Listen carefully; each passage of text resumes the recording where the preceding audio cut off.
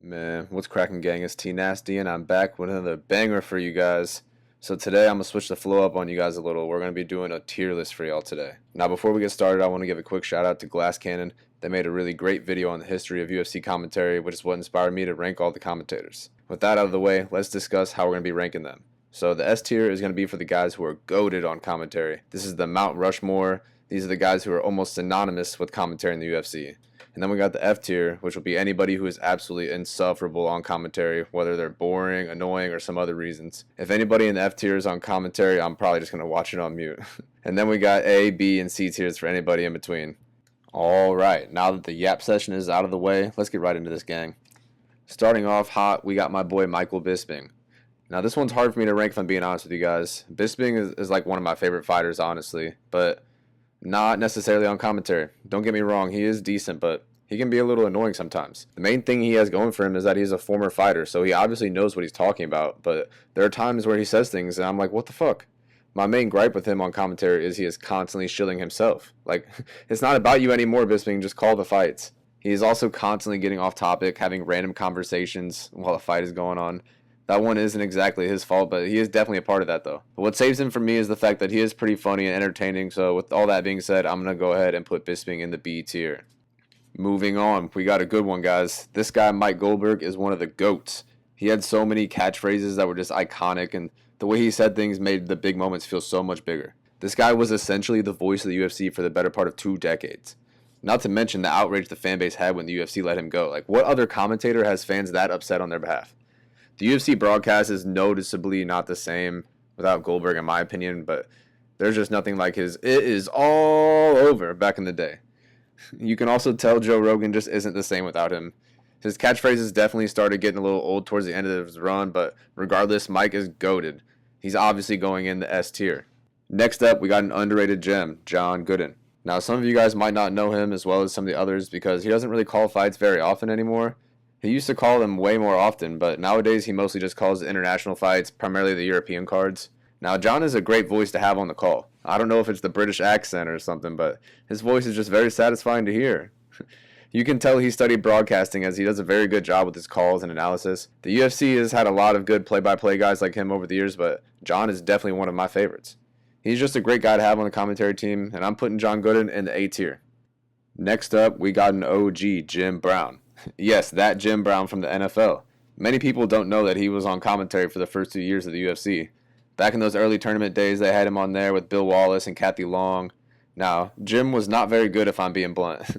It was early in the sport's infancy, so you can't really blame him for not being very educated, but he was just boring, and he really didn't add much to the fights besides his opinion, so I gotta throw Jim Brown in the F tier. Sorry, guys. Now we got another OG of the MMA commentary game, Jeff Platnik. Jeff was the main color commentator for the late 90s era and offered great insight based on his wrestling and combat background.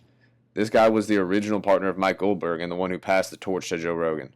When I went back and listened to some of his commentary, he was a little boring, but his passion for the sport was evident. Based on being the voice of the UFC during his growing period, and the fact that Platnik essentially created the term MMA, as well as played a part in creating the unified rules, I gotta throw Jeff Platnik in the A tier. Next up, we got my man Paul Felder.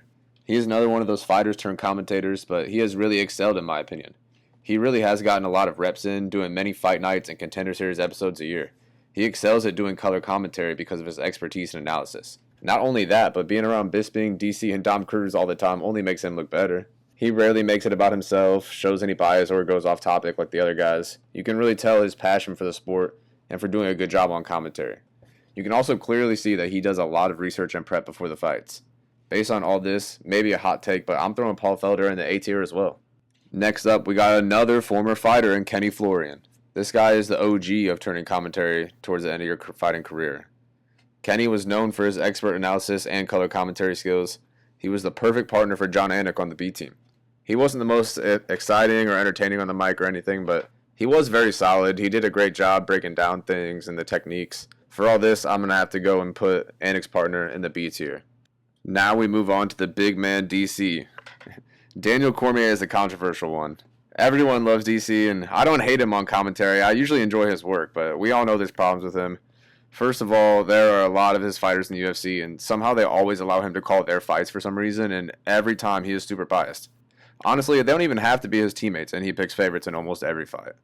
Also, it's very obvious he does like so little research and prep before the fights. He's constantly pronouncing guys' names wrong and doesn't know much about the guys on the prelims. One of my biggest DC pet peeves is that he is always trying to coach the fighters. Like, I get that on color commentary, they're supposed to give their opinions on ways to win and whatnot, but you're literally in the Apex, DC. They can hear you. There's even been a few times you can audibly hear his big ass eating on commentary. Also, I am almost certain him and Joe Rogan were stoned out of their minds during the UFC 256 main event between Moreno and Figueiredo. Go back and listen to them. It's great. DC, I love you, man, but you're going in the C tier. Next up, we got the modern-day GOAT Jon Anik. This man, Jon, is exactly what the UFC needed. They needed someone to replace Goldberg, and Anik was the man for the job. Jon did everything well that Mike did, just better. He didn't go as hard with the catchphrases, but instead had an amazing talent at coming up with great calls on the spot. So many iconic moments would not have been the same without him. For example, Leon Edwards. The cloth from which he was cut was just so perfect. He has so much passion for the sport, it emanates into the broadcast. Anytime he's not there, it just feels less important and less hype. In my opinion, Jon Anik is the gold standard of sports play-by-play. He's going to the top of S tier. Next up on the tier list, we got the OG women's commentator, Kathy Long. Many people think Laura Senko was the first woman, but nope, it was Kathy Long at UFC 1. She was on the call with Jim Brown, like I mentioned earlier, and she was basically just as boring as the other guys. The only thing she had going for her was that she had a professional kickboxing background, so she somewhat understood what was going on, but basically just based on her being able to offer a little bit of expertise on color, she's going in the C tier. Moving on, we got one of the most annoying fuckers on commentary, Dom Cruz. Man, doesn't he just look so fucking annoying? Anyways, another fighter turned commentator. Ever since he started, he has been very divisive.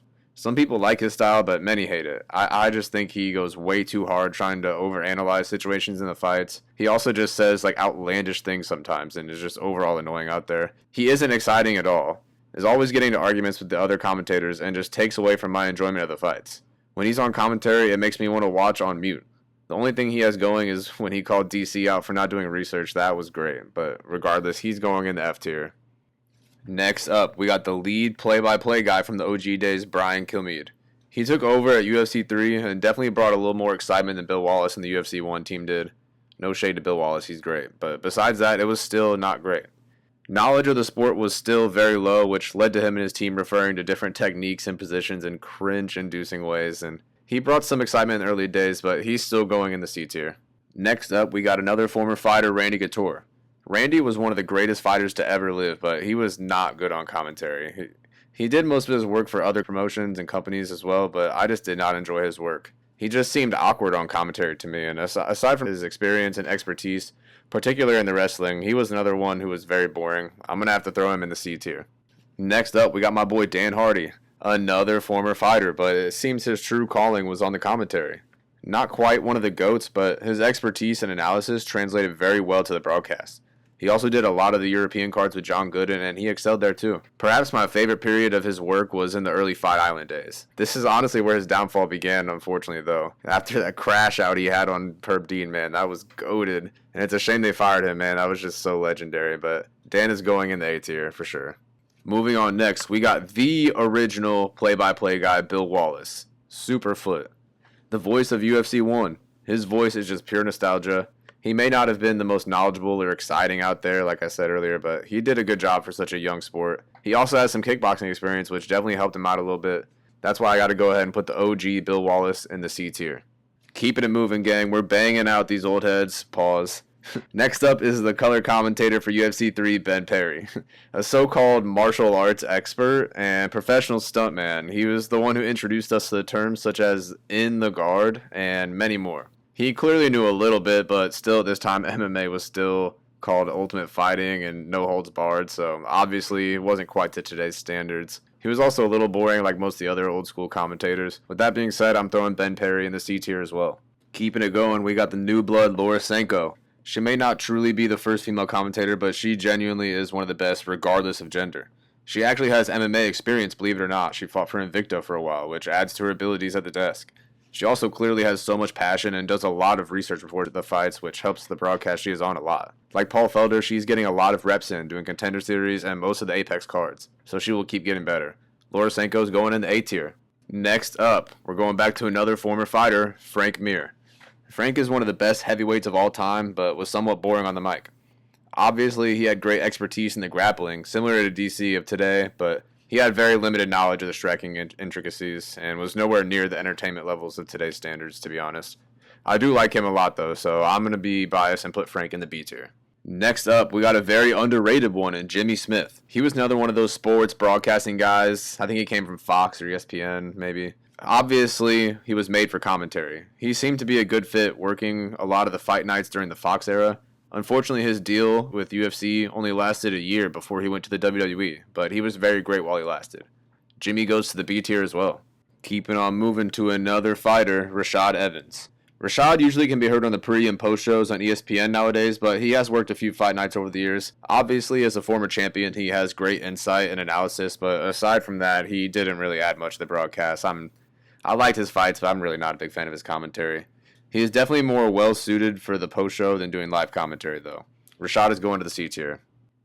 All right, moving on, we got another fighter. This one I really like, Stann. Bryan was actually really great on commentary. He wasn't the first fighter to move over, but he was one of the best and one of the earliest ones for sure. He brought great excitement and insight, but he was a perfect blend of color and play-by-play out there. He had the voice and broadcast skills of Jon Anik with the excitement of Mike Goldberg and the analysis of Paul Felder. The only thing holding him back was a lack of big events, pay-per-views, and he really had a short stay out there, but Stann is going in the A tier. Alright, y'all, we're getting to the end here. Next up, we got Bryan Fitzgerald. This guy is definitely who it seems they are trying to push into being the next Jon Anik.